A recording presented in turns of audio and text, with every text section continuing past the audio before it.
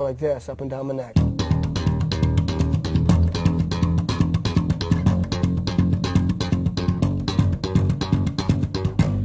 then I do it like this, you know. I go like wait. What the hell do I do? I'm blanking out.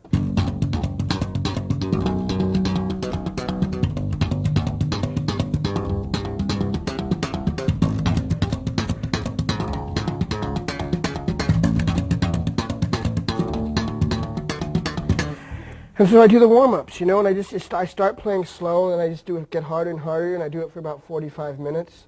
And then I'm really warmed up, and I feel like then I don't have to worry about the physical aspect of playing getting in the way of whatever I want to do. Can I see that particular pattern again? It's the right hand slower. Oh, the right hand. It's that they can...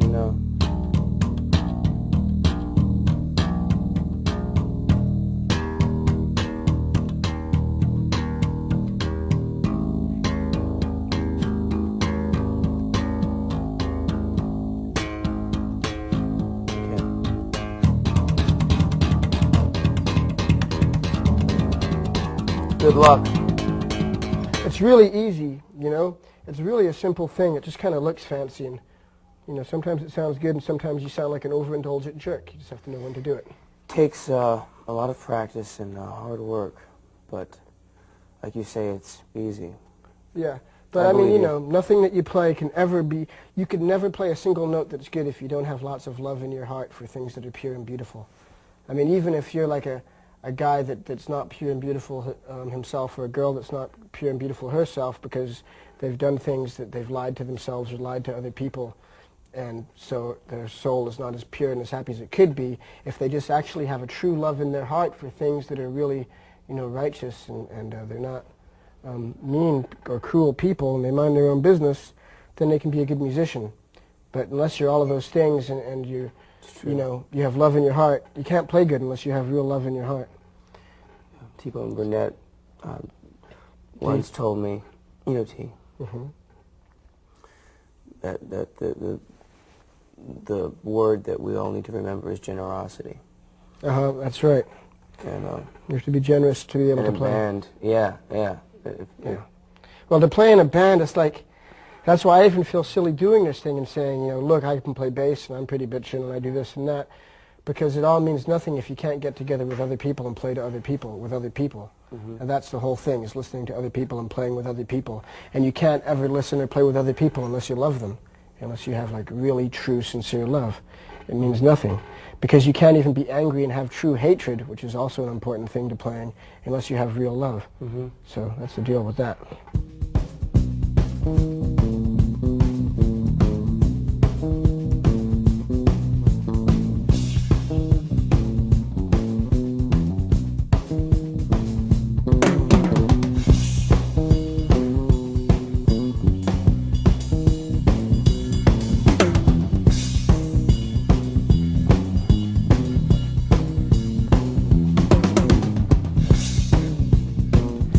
The only time that I ever play with a pick is if I have a pick in my hand. And I don't have one now, so I can't play with one. But if you have a pick, you just go like that. If you have fingers, you go like that. I mean, the only time I ever used a pick was when I was playing in Fear, and they told me I absolutely had to play with a pick. And I had to play all downstrokes and go like this. No upstrokes? You know? No, you weren't allowed to do upstrokes. That was considered wimpy in punk rock. Really? Or in the Fear style of punk rock. If you went like this, like if you had a line to go and you went like this, you were, you know, not cool. But if you went like this until your penis popped off, you know, I can't even do it now. I used to play it all the time. Then you're cool, because you know, then you separate every note. That of a note, when you go up and down, you're like ba ba ba ba ba ba ba. But if you go all straight, all downstrokes, and you go ba ba ba ding ding ding ding ding ding ding ding ding ding ding ding. So, you know, but I really don't use a pick unless I have to. Like sometimes I use it to do this. Once in a while, what did I use it for? A thing that was really cool. I probably can't even remember it. It was just like a.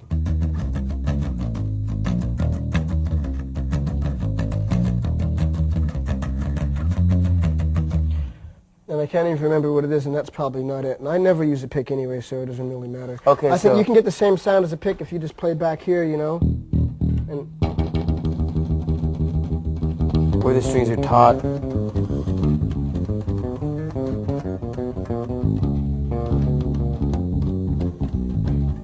I have to admit, I do like the sound of a good hard pick on a bass every once in a while. You know, so a lot of my favorite bass players used picks, you know, use picks. I mean, there's certain people, like I think the guy in Fugazi, Joe Lally, who's such a great bass player, he plays these really cool, like big, warm, round-sounding, almost reggae-like bass lines, and he uses a pick, you know, and it sounds cooler than hell. So, you know, it doesn't really matter if you use your picks and your fingers. I mean, if you have something cool to play, then you're going to play it, you know, whether you beat your shoe on the bass or something. Well, guitarists that go to bass have a real hard time getting off the pick. Yeah, and plus, I mean, one of the greatest bass players of our time, Sid Vicious, used to pick. So, Flea, let's cover the fingers. Let's cover all of the fingers. All the fingers.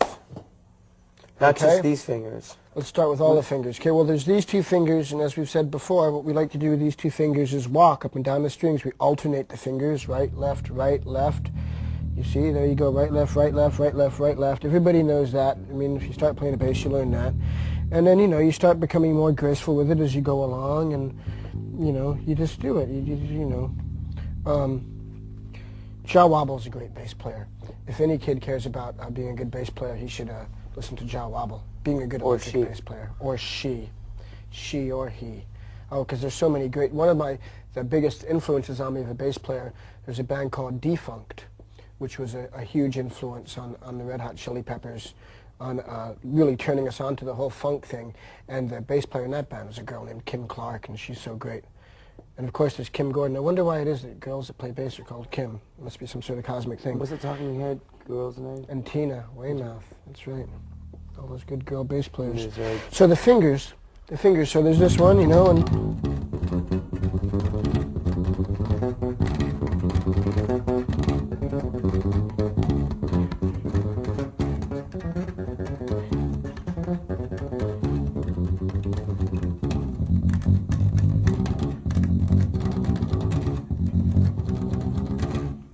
are there any exceptions where, would you ever go, is it always left, right, left, right? I always do it left, right, because it seems to be the most convenient way to do it, and it's just the way I always do it. I don't know.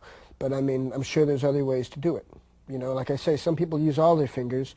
And another thing is to use the, you can use your thumb, which I do once in a while. You know, I'll be like, use my thumb and these fingers and...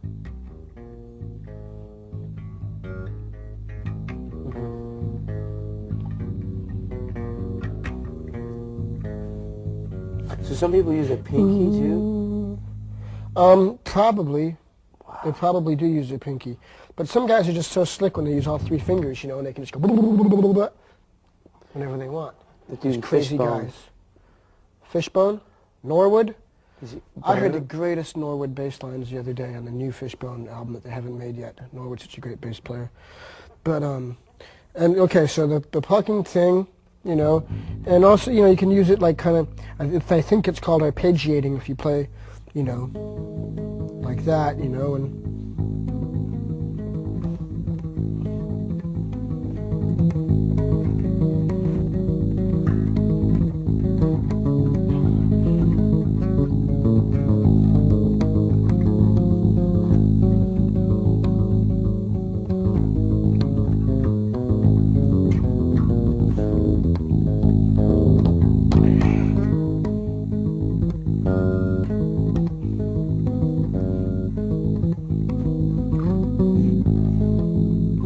like that.